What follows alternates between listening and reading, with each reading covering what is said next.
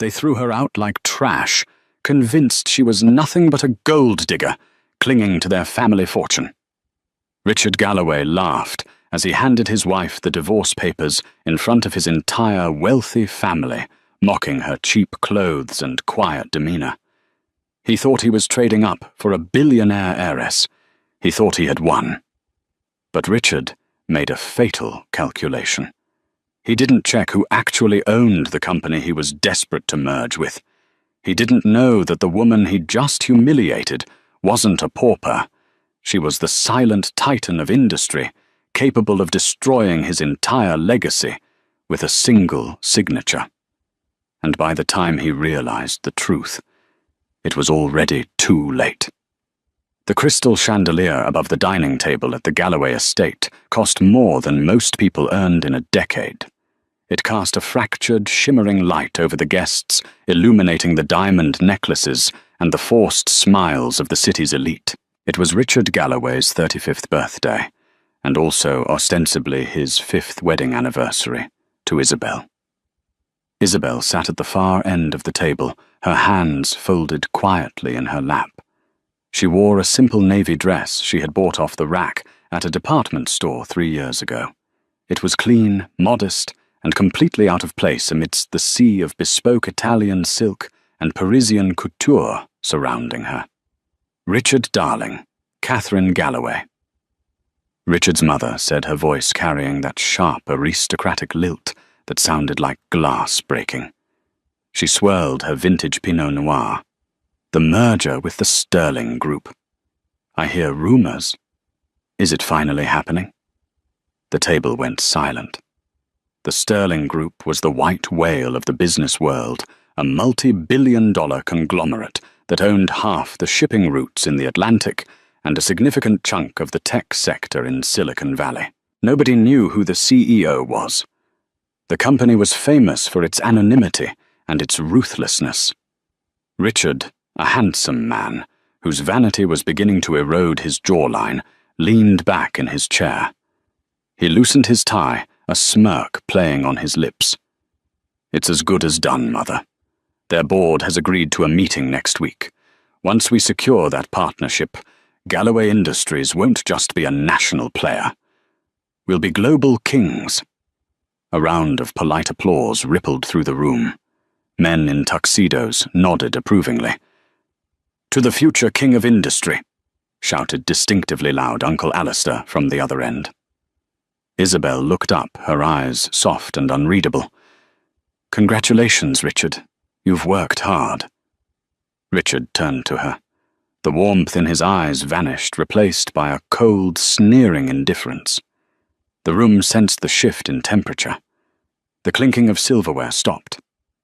Thank you, Isabel, Richard said, his tone dripping with condescension. Although I suppose hard work is a concept you struggle to grasp given your leisurely lifestyle. A few guests chuckled nervously. Isabel didn't flinch. Running this house is work, Richard. Running the house... Catherine scoffed, setting her glass down hard. Please, girl, we have maids for the cleaning, chefs for the cooking, and gardeners for the grounds. You sit in the library reading those dusty books all day. You are a passenger on this ship, Isabel. A passenger who didn't pay for a ticket. Isabel took a slow breath. She was used to this. For 5 years, she had played the role of the orphan, the nobody the woman Richard had rescued from a coffee shop job. She had signed a prenup that gave her nothing. She had never asked for a penny. I provide support, Isabel said quietly. Support. Richard laughed, standing up. He reached into his inner jacket suit pocket. The room went deadly quiet. Actually, that brings me to my gift. Not for me. For you, Isabel. He pulled out a thick manila envelope and tossed it onto the table. It slid across the polished mahogany surface, knocking over a crystal salt shaker, and came to a stop in front of Isabel's plate. Happy anniversary, Richard said, his voice devoid of emotion. Isabel stared at the envelope. She didn't need to open it to know what it was. The stamp of Halloway and Sons, the family's brutal law firm, was visible in the corner. "Go on," Richard urged, gesturing with his wineglass. "Open it. I want everyone to witness my generosity." Isabel's fingers didn't tremble. She opened the flap and pulled out the document. Petition for dissolution of marriage. "I'm divorcing you, Isabel," Richard announced to the room, as if he were ordering a steak. "And before you start crying and begging, read the terms. I'm being incredibly generous. You get to keep your used car. You get a check for $10,000 to help you find a studio apartment somewhere, far away from here. And in exchange you leave tonight." "Tonight?" Isabel asked, her voice steady. "Tonight," Catherine chimed in, smiling viciously. "We need the room. You see, Richard needs a partner who fits our future, a woman of status, a woman who brings something to the table besides a depressing demeanor and cheap shoes." As if on cue, the double doors of the dining room opened. Walking in was Vanessa Kensington. Tall, blonde, and dripping in emeralds, Vanessa was the daughter of a steel magnate. She walked with the confidence of someone who had never heard the word no. "Hello, everyone," Vanessa purred, walking straight to Richard. She kissed him on the cheek, leaving a smear of red lipstick, and looked down at Isabel with pitying amusement. "Oh, is she still here? I thought the garbage collection was on Tuesdays." The room erupted in laughter. It was cruel, primal laughter. They were the pack, and Isabel was the wounded deer. Isabel looked at Richard. "Is this what you want, Richard, to throw away 5 years for a merger and a social climb? I'm throwing away dead weight. Isabel." Richard leaned over the table, whispering loud enough for everyone to hear.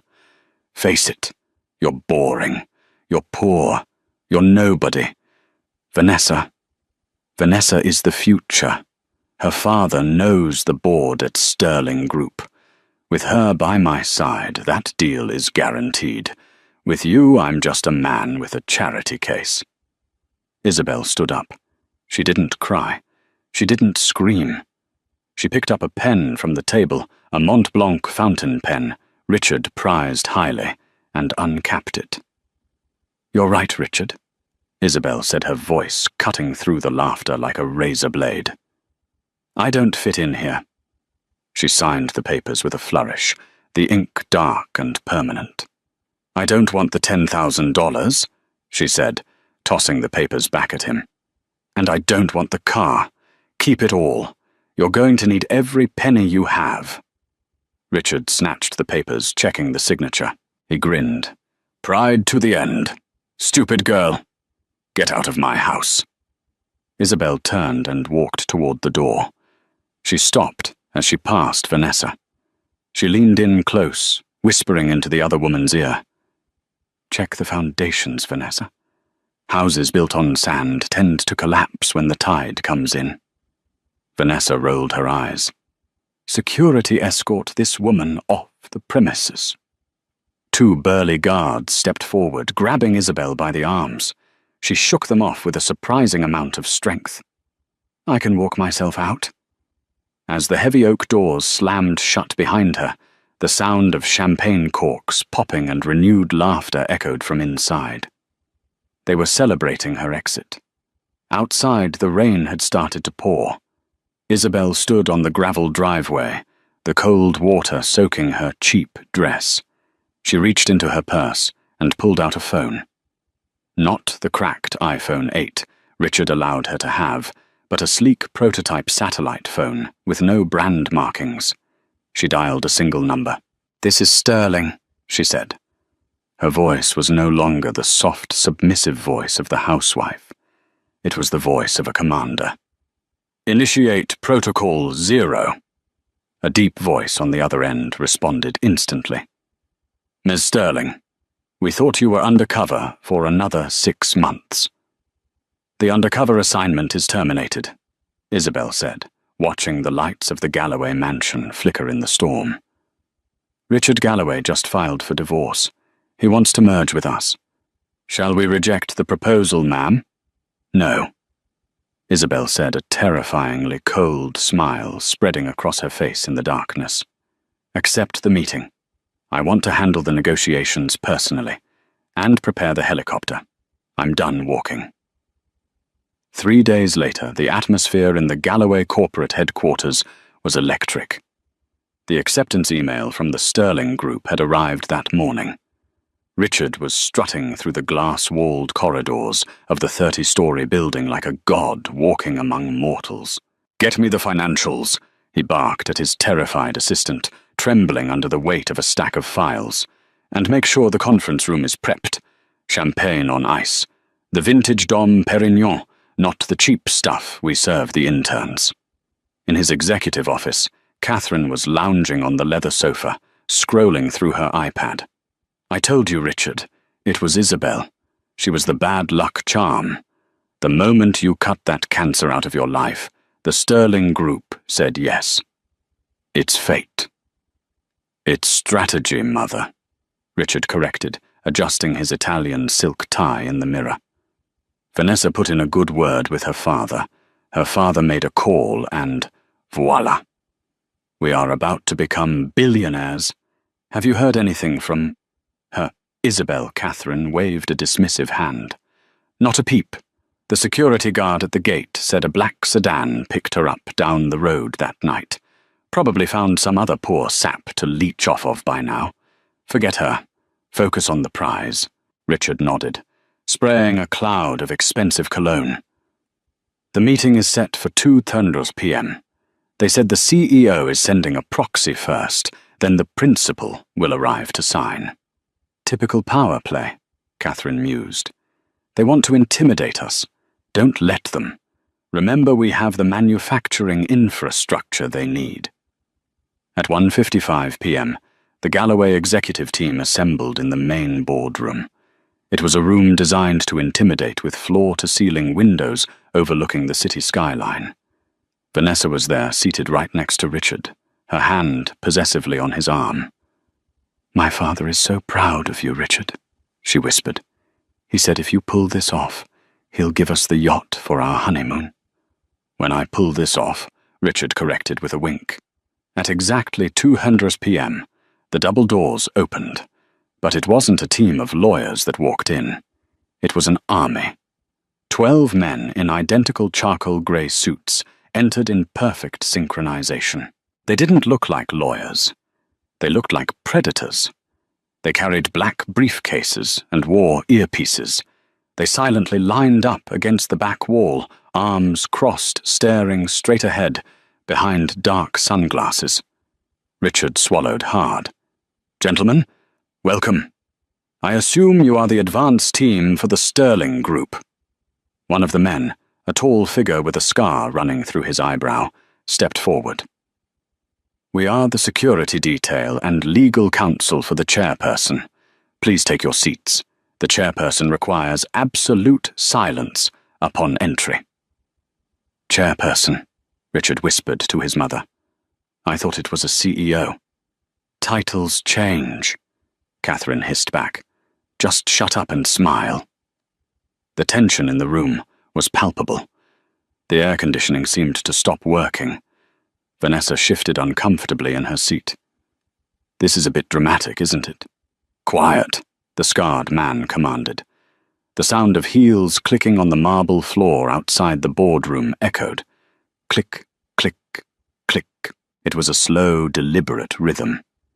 The doors swung open wide. A woman walked in. She was wearing a white tailored power suit that cost more than Richard's car.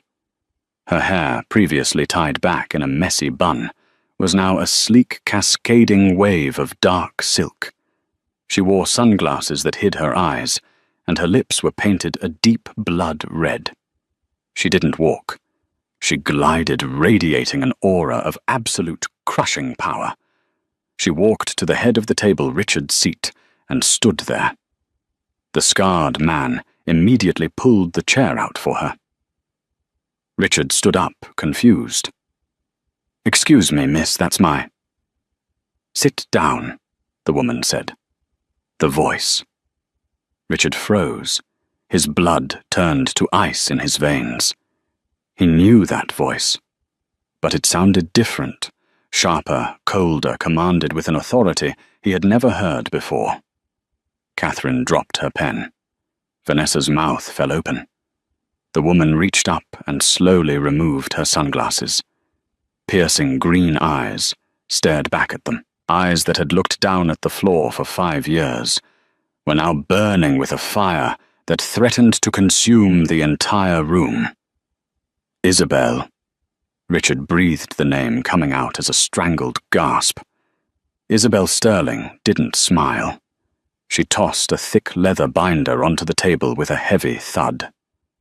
"Hello, Richard," she said, taking his seat at the head of the table. "I believe you wanted to merge with my company. Let's talk business." This is a joke," Catherine stammered, standing up, her face turning a blotchy red. "What is she doing here, Richard? Get security." "She's crashed the meeting. Miss Galloway," the scarred man interrupted, stepping between Catherine and Isabel. "I would advise you to sit down, unless you want to be removed from your own building by federal marshals." "My building?" Catherine shrieked. "Isabel!" Richard said, his mind racing, trying to put the pieces together, but failing. "What is going on? Did you get a job as a secretary for the Sterling Group? Is that it? Look, I know you're angry about the divorce, but interfering with $1 billion deal is a felony. I can have you arrested." Isabel finally smiled. It was a terrifying sight. "Secretary." She laughed a dry, humorless sound. "Richard, you really never did pay attention, did you? You never asked about my maiden name. You never asked about my parents. You just assumed I was nobody, because I didn't flash money around like a toddler with a credit card." She tapped the binder. "My name is Isabel Sterling. My grandfather founded the Sterling Group. My father expanded it, and I own it. All of it. 100% of the voting stock." The silence that followed was heavier than the grave. "No," Vanessa whispered. "That's impossible. You wore rags. You drove a Honda." "I drove a Honda because I hate Ferrari gas mileage," Isabel said with a shrug. "And I wore rags because I wanted to see if a man would love me for me or for the billions in my trust fund." She looked dead at Richard. "I got my answer 3 days ago, didn't I?" Richard sank into his chair, his face pale. The realization was hitting him like a freight train. The leech he had kicked out the woman he had humiliated for 5 years was the most powerful woman in the room. "But," Richard stammered, his voice trembling, "but the merger. You accepted the meeting." "I did," Isabel said, opening the binder, "because I intend to buy Galloway Industries." Richard's eyes lit up with a flicker of hope. You do? So we can still do business." "Isabel, honey, look, the divorce papers haven't been filed with the court yet." I'm not buying it for a merger, Richard." Isabel cut him off. "I'm buying it for parts." She slid a single sheet of paper across the table. "Galloway Industries is leveraged to the hilt. You have 3 massive loans due next month. Vanessa's father promised to bail you out if the merger happened. But the merger isn't happening, which means the banks are going to call in your loans on Monday." Isabel leaned forward. "I bought your debt this morning, Richard. Every single cent of it. I am your bank now, and I am calling in the loan. Today." "You can't do that," Richard screamed. "That's $300 million. We need 30 days to liquidate assets." "You have until 5:00 p.m., Isabel said, checking her diamond-encrusted watch. "Or I foreclose on everything. The company, the factories." She paused, looking at Catherine. "And the house, that beautiful estate where you humiliated me. It's collateral on the loan you took out in 2018. Catherine gasped, clutching her chest. "My house, You wouldn't. I would, Isabel said. And I will. Unless what? Richard begged, sweating profusely. Anything. Isabel, please. We're family. We were never family, Isabel corrected. But I am a businesswoman. I will offer you a buyout. One-time offer. Take it or leave it. How much? Richard asked. Isabel held up one finger. $1. The heavy door of the conference room clicked shut, leaving a vacuum of silence that felt suffocating. The $1 offer hung in the air like a guillotine blade waiting to drop. She's bluffing, Catherine shrieked, breaking the silence. Her face was a mask of panic, the veins in her neck prominent. She has to be Isabel, the woman who couldn't even afford a decent haircut. Owning the Sterling Group. It's a trick. It's some sort of elaborate con game. Richard was hyperventilating, loosening his tie until it hung limp around his neck. It's not a con, Mother. You saw the security. You saw the binder. She bought the debt. The bank manager called me this morning and said the note had been sold to a private equity firm. I didn't ask who. I didn't think it mattered. He slammed his fist onto the mahogany table, cracking the glass of his watch face. I divorced a billionaire and offered her $10,000. Shut up, Richard, Vanessa snapped. She was pacing the room frantically, tapping on her phone. Stop whining and think. My father will fix this. He has leverage with the banks. She put the phone to her ear. Daddy, listen, it's a disaster. There's a problem with the merger. The Sterling Group bought the debt. Yes, Isabel, his ex-wife. No, I'm not joking. Vanessa paused, her face draining of color. She listened for 10 seconds, her eyes widening in horror. Slowly, she lowered the phone. What did he say? Richard asked, desperation clawing at his throat. Is he sending the lawyers? Is he cutting a check? Vanessa looked at Richard with a mixture of disgust and fear. He said you're radioactive. He said the Sterling Group crushed his competitor last year, just for looking at them wrong. He said if Isabel Sterling is coming for you, he's not getting in the crossfire. He's abandoning us, Catherine gasped. But the engagement. The wedding. There is no wedding, Vanessa screamed, grabbing her Birkin bag. Do you think I'm marrying a man who is about to be homeless? My father just told me to leave the building before I get named in a lawsuit. Vanessa, wait. Richard lunged for her, grabbing her arm. You can't leave. We have a contract. We have a verbal agreement. Get off me. Vanessa shoved him back hard. Richard stumbled, hitting his hip against the table. You're a loser, Richard. You were always a loser, living off your daddy's name. Isabel was the only thing holding you up, and you were too stupid to see it.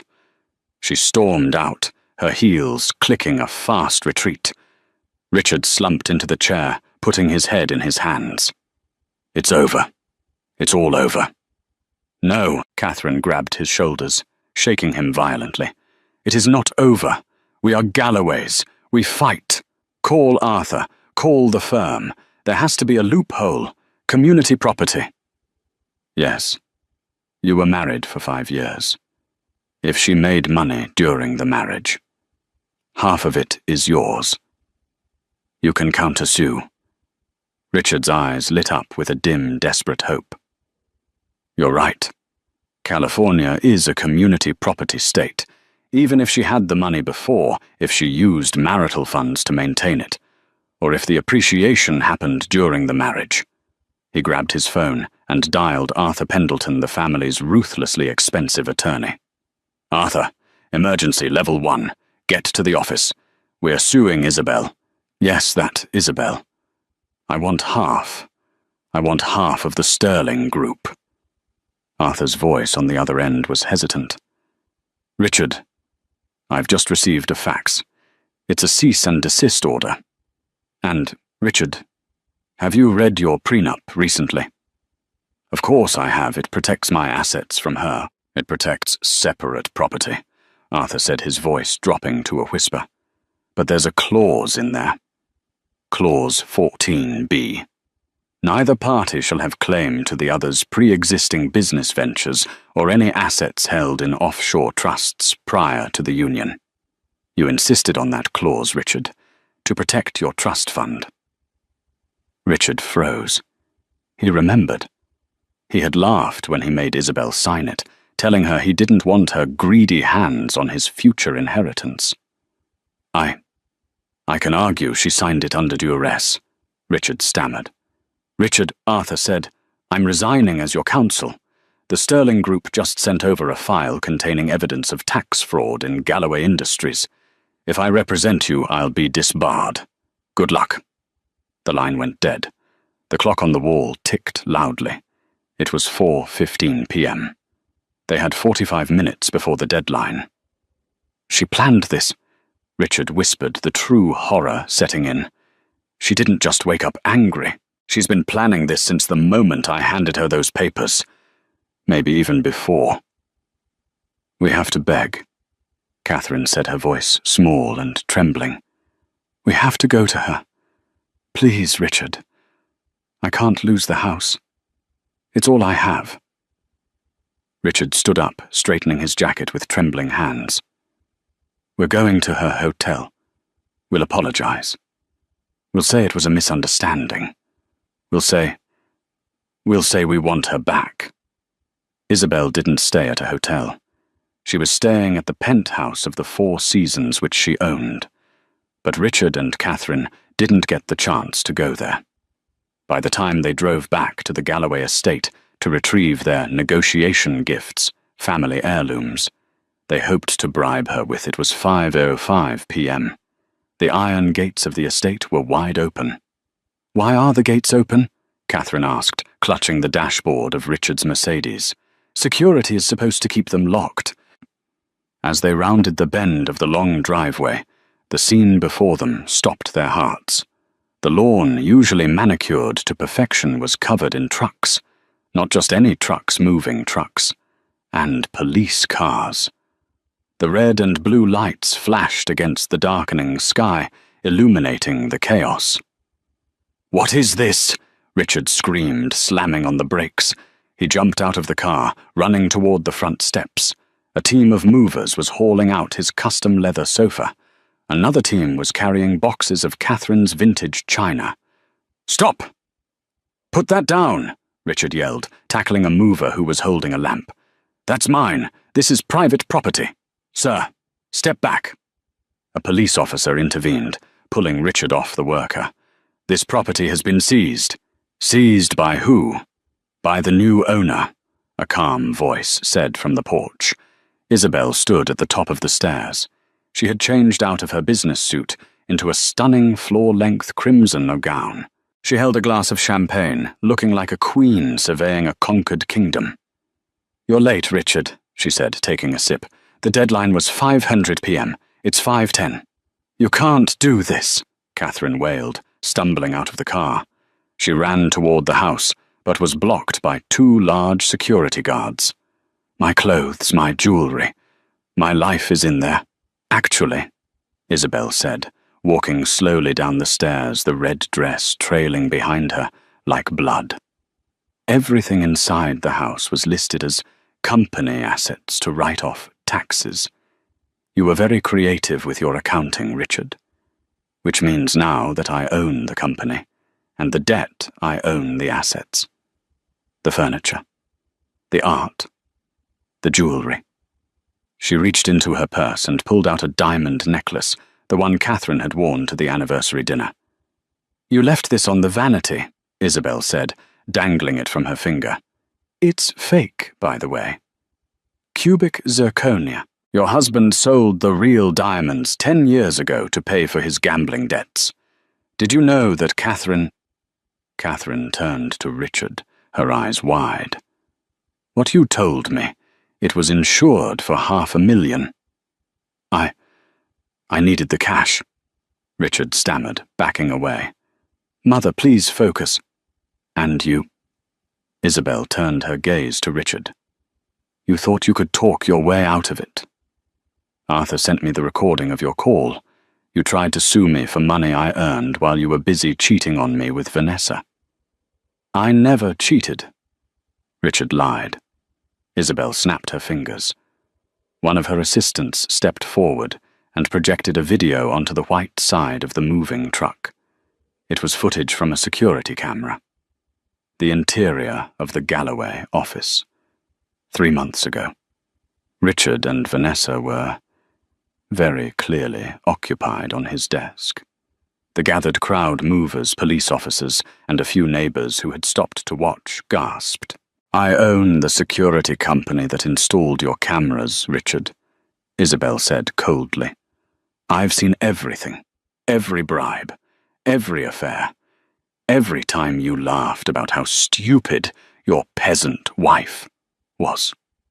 Richard felt the ground spinning. He was naked before the world. His secrets, his finances, his lies all stripped away. Why? Richard whispered, tears finally streaming down his face. If you had all this money, why did you stay? Why did you act like you were nothing? Isabel walked up to him close enough that he could smell her expensive perfume, a scent he realized he had never smelled on her before because she had hidden it. Because my father told me that money masks the soul, Isabel said softly.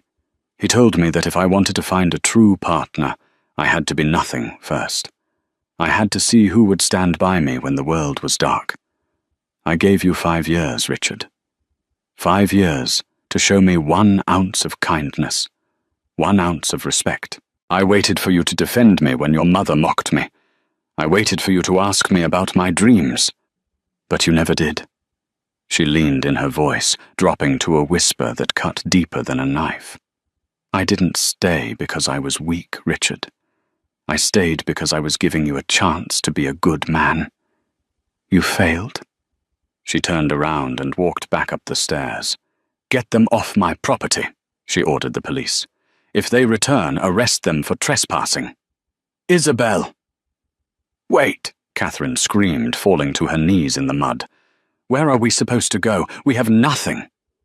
Isabel stopped at the door. She didn't turn around. I left the Honda Civic parked on the street, she called out. And there's a check for $10,000 in the glove box. Use it wisely. It's more than you gave me. The heavy oak doors slammed shut. Richard stood in the rain, the exact spot where Isabel had stood 3 days prior. The irony was a physical weight crushing his chest. He looked at his mother weeping in the mud and at the luxury cars being towed away. Then he saw a flash of light. Paparazzi. They were at the gates. The story had leaked. Billionaire heiress evicts cheating husband. It was going to be the headline of the decade. Richard covered his face, but it was too late.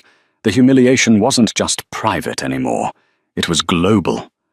The neon sign of the Starlight Motel flickered with a buzzing, dying hum. The S was burnt out, so it just read, Tarlight. Inside room 104, the smell of stale cigarette smoke and industrial cleaner was thick enough to taste. Catherine sat on the edge of the sagging mattress, staring blankly at the peeling wallpaper. She was still wearing her designer dress from the eviction, now stained with mud and wrinkled beyond repair. This cannot be happening, she whispered, rocking back and forth. I am Catherine Galloway. I chair the Arts Foundation. I don't sleep in places where people pay by the hour. Richard was pacing the small, cramped room, the carpet sticky under his dress shoes. He had spent the last 12 hours frantically making calls on his cell phone, which was rapidly running out of battery. Damn it, Richard yelled, throwing the phone onto the bed. Blocked! Everyone has blocked me. The board members, the golf club, even the chaotic guys from the hedge fund. Nobody will take my call. What about Vanessa? Catherine asked, her eyes snapping to him with a glimmer of desperation. She has resources. If you just explain. Vanessa. Richard laughed a harsh, jagged sound. He grabbed the remote and turned on the small, boxy television bolted to the dresser. He flipped to a celebrity news channel. The banner at the bottom of the screen read, "Galloway Dynasty Collapses Heiress Ex-Wife Takes All." On the screen, a reporter was thrusting a microphone into Vanessa Kensington's face as she exited a boutique in Milan. Vanessa, any comment on your fiancé Richard Galloway's eviction?" the reporter shouted. Vanessa stopped, lowered her designer sunglasses, and looked directly into the camera. "Fiancé, please." Vanessa scoffed, her voice dripping with disdain. Richard was a brief lapse in judgment. I had no idea he was financially insolvent.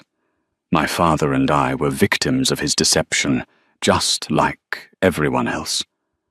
I've already annulled the engagement. I don't date homeless men.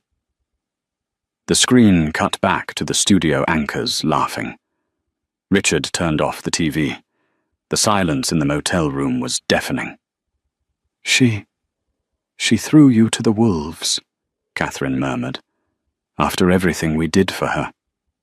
"It's over, Mother," Richard said, sitting heavily in the cheap plastic chair in the corner. "We have the $10,000 cash from the Honda's glove box. That will last us maybe 2 months if we're careful. After that—" "I am not living like a peasant," Catherine shrieked, standing up. "I will not let that quiet little mouse destroy me. We have to fight back. We need to find dirt on her. Real dirt." "There is no dirt," Richard snapped. "Don't you get it? She's clean. She's Isabel Sterling. She's untouchable." "Nobody is untouchable." Catherine hissed, her eyes narrowing. "She played a role for 5 years, Richard. That means she's a liar. And if she lied about who she lied about other things. We just need to find one crack in the armor." The next few weeks were a blur of humiliation. The Honda Civic, which they had previously mocked, became their lifeline. Richard, who had never pumped his own gas, stood in the freezing wind at self-service stations, shielding his face with a hoodie to avoid being recognized. But he was recognized. At a grocery store buying instant noodles, a woman in the checkout line pointed at him. "Hey, you're that guy, the one who cheated on the billionaire." People pulled out their phones, snapping photos and laughing.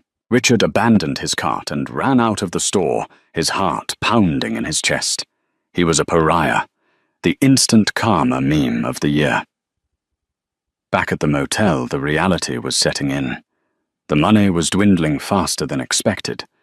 Motel rates, fast food, and gas ate away at their meager savings. Richard tried to apply for jobs consulting management, even basic sales, but a simple Google search of his name sent hiring managers running. He was radioactive. One Tuesday night, soaked from the rain, after a failed interview at a used car dealership, Richard found Catherine sitting on the floor of the motel room, surrounded by newspaper clippings she had taped to the wall. "What is this?" Richard asked, weary. "I've been tracking her," Catherine said, her voice feverish. "Isabel. She's hosting the Global Innovation Gala next Saturday. It's the event of the season. Every CEO, every politician, every media outlet will be there." "So," Richard grunted, taking off his wet shoes. "We're not invited." "We don't need an invite," Catherine said, pointing to a map she had drawn. "We need a moment. Look at this article from 5 years ago, before you met her. It mentions a missing gap in the Sterling financial records, rumors of money laundering in the Cayman Islands. Rumors, Mother, unsubstantiated." "It's enough," Catherine insisted. "If we go there, if we cause a scene in front of the world press and accuse her of fraud, the stock price will tank. The board will panic. They'll pay us to go away. It's a settlement, Richard Hush money." Richard looked at the clippings. It was a desperate, insane plan. It was the kind of plan born of delusion. But as he looked around the dingy room at the water stains on the ceiling, and the hopelessness in his mother's eyes, he realized he had no other choice. He was a drowning man, and this was the only piece of driftwood left. "Next Saturday," Richard said, a dark determination forming in his eyes. "We need to look the part. We'll use the last of the money to rent tuxedos and a gown. If we're going down, we're going down swinging." The Global Innovation Gala was held at the Grand Metropolitan Hall, a venue that dripped with opulence. Red carpets lined the marble stairs, flanked by velvet ropes and hundreds of flashing cameras. Inside, the air smelled of expensive perfume and fresh orchids. A string quartet played soft classical music as waiters in white gloves circulated with trays of caviar. Isabel Sterling stood at the center of the room, looking radiant in a shimmering silver gown that hugged her figure. She was laughing with the governor, holding a glass of sparkling water. She looked free. She looked powerful. She had no idea that two ghosts were about to crash the party. Richard and Catherine had managed to slip in through the catering entrance.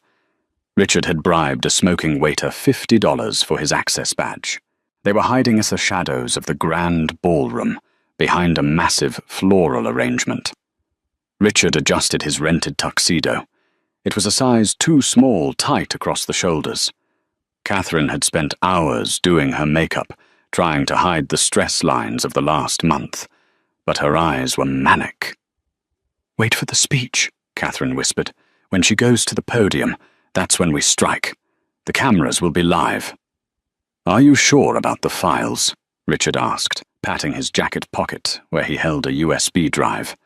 The drive was empty, but nobody knew that. It was a prop, a bluff. "Just tell them you have the proof," Catherine hissed. "Fear is a powerful weapon, Richard. Use it." At 9:00 p.m. the lights dimmed. A spotlight hit the stage. "Ladies and gentlemen," the announcer boomed, "please welcome the chairwoman of the Sterling Group, Ms. Isabel Sterling." Thunderous applause filled the room. Isabel walked up the stairs to the podium, waving gracefully. She adjusted the microphone. "Thank you." She began, her voice clear and confident. "Tonight is about the future. It's about building a world where integrity matters more than profit." "Liar!" The scream tore through the room, silencing the crowd. Richard stepped out from behind the flowers, dragging Catherine with him. He marched into the center of the spotlight, right below the stage. The security guards started to move, but Isabel held up a hand, signaling them to wait. She looked down at Richard with an expression of mild curiosity, not fear. "Richard," she said into the microphone, her voice amplified throughout the hall. "I didn't realize you could afford a ticket." The crowd murmured. Phones went up instantly. Live streams started. "Mock me all you want, Isabel," Richard shouted, pointing a shaking finger at her. "But the world needs to know the truth. You didn't earn this company. You stole it. You and your father laundered money through shell companies in the Caymans." He pulled out the USB drive and held it up like a grenade. "I have the proof right here. Evidence of tax evasion. Evidence of fraud. You destroyed my family to hide your crimes, but I'm here to expose you." Catherine chimed in, stepping into the light, trying to summon her old haughtiness. "She is a fraud. She played the victim, but she is a predator. She stole our home." The room was buzzing. Reporters were pushing forward, sensing a scandal. Isabel didn't flinch. She didn't look worried. She looked bored. "That's a very dramatic speech, Richard," Isabel said calmly. "And a very scary-looking USB drive. But I think you're forgetting something very important." "What?" Richard sneered. "That I know your secrets." "No," Isabel said. "That I know yours." She nodded to the tech booth at the back of the room. "Screen." Behind Isabel, a massive projection screen lowered. "You accuse me of fraud," Isabel said, her voice turning hard. "But let's look at the audit of Galloway Industries, shall we? The screen lit up with documents, bank transfers, emails. Here we see a transfer of $2 million from the Galloway Employee Pension Fund to a private account in Monaco, Isabel narrated, dated June 14th. Who authorized that, Marcina? You mind that transfer, Richard? Richard's face went pale. That was a loan, an administrative error. And here, Isabel continued the slide, changing, an email chain between you and a contractor discussing using substandard materials for the new hospital wing to save costs, pocketing the difference. That's not just fraud, Richard. That's criminal negligence. The crowd gasped. The governor, who had been laughing with Isabel earlier, looked horrified. And finally, Isabel said, her eyes locking onto Catherine. For you, Catherine, the charity gala you hosted last year, the Save the Children Fund. My auditors found that 80% of the donations went to administrative fees, specifically to a catering company owned by your brother. Catherine gasped, clutching her pearls. That's a lie, slander. It's all on the public record now, Isabel said. I released the full audit to the district attorney this morning. The police aren't here for me, Richard. They're here for you. As if on cue, the side doors of the ballroom burst open. 6 uniformed officers marched in, led by a detective. Richard looked at the USB drive in his hand. It was a useless piece of plastic. He looked at Isabel, standing above him, untouchable, righteous, and terrifying. He had walked into the lion's den armed with a toothpick, and the lion had just snapped its jaws. Richard Galloway, the detective announced, stepping into the spotlight. You are under arrest for embezzlement, wire fraud, and grand larceny. No, Richard whispered, backing away. No. This is a mistake. She's setting me up. The officers grabbed him, cuffing his hands behind his back. Another officer moved toward Catherine. Don't touch me, Catherine shrieked, batting at the officer's hands. I am a Galloway. You have the right to remain silent, the officer recited, spinning her around and cuffing her. Isabel watched from the podium as her ex-husband and ex-mother-in-law were dragged out of the gala, screaming and kicking while hundreds of cameras flashed, capturing their ultimate disgrace. When the doors finally closed, silencing their screams, Isabel turned back to the stunned audience. She took a sip of her water, smiled, and leaned into the mic. Now where was I? Ah, yes. Integrity. 6 months later, the gavel struck the wooden block in the Superior Court, echoing with a finality that made Richard flinch. He sat at the defendant's table, wearing an orange jumpsuit. His hair, once perfectly styled with expensive gel, was shaved close to his scalp. His face was gaunt, the stress of the last half-year carved deep into his skin. Beside him, Catherine sat in a wheelchair, looking frail and defeated, clutching a tissue. Richard Galloway, the judge announced, peering over his spectacles, on the counts of wire fraud, embezzlement, and grand larceny. This court finds you guilty. You are sentenced to 15 years in federal prison. Richard didn't scream. He didn't cry. He just stared at the table. The fight had left him months ago, somewhere between the second interrogation and the moment his public defender told him there was no way out. And you, Catherine Galloway, the judge continued, for your complicity in the mismanagement of charitable funds, you are sentenced to 8 years. A wail broke from Catherine's throat, a sharp, broken sound. But I'm an old woman, I can't go to prison. You should have thought about that before you stole from children to buy jewelry, the judge said coldly. Court adjourned. As the bailiffs moved in to cuff them, Richard looked back toward the gallery. The courtroom was packed. The media was there, hungry for the final shot of the fallen dynasty. But sitting in the back row, unnoticed by the press, was Isabel. She wasn't smiling. She wasn't gloating. She watched with a calm, detached expression. She wore a simple beige trench coat. She stood up, meeting Richard's gaze across the room. Richard opened his mouth, perhaps to beg, perhaps to apologize, but no words came out. He realized with a crushing weight that he didn't exist to her anymore. He wasn't a husband or an enemy. He was just a bad memory she had finally processed. Isabel turned and walked out of the courtroom before they could lead him away. Outside, the autumn air was crisp. A black limousine waited at the curb. The scarred security man held the door open. "Did it go as expected, Miss Sterling?" "It did," Isabel said, sliding into the leather seat. "Take me to the estate." 30 minutes later, the car pulled up to the gates of the former Galloway mansion. But it looked different now. The iron gates were painted a welcoming white. The overgrown hedges had been trimmed, and there was a new sign hanging above the entrance. The Sterling Sanctuary. A home for women in crisis. Isabel stepped out. The driveway was bustling with activity. Contractors were fixing the roof.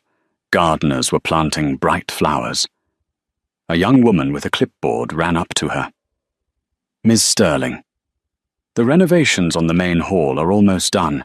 We've turned the old dining room into a community learning center." "Excellent," Isabel said, walking through the front doors. She walked into the dining room, the very room where Richard had handed her the divorce papers on their anniversary.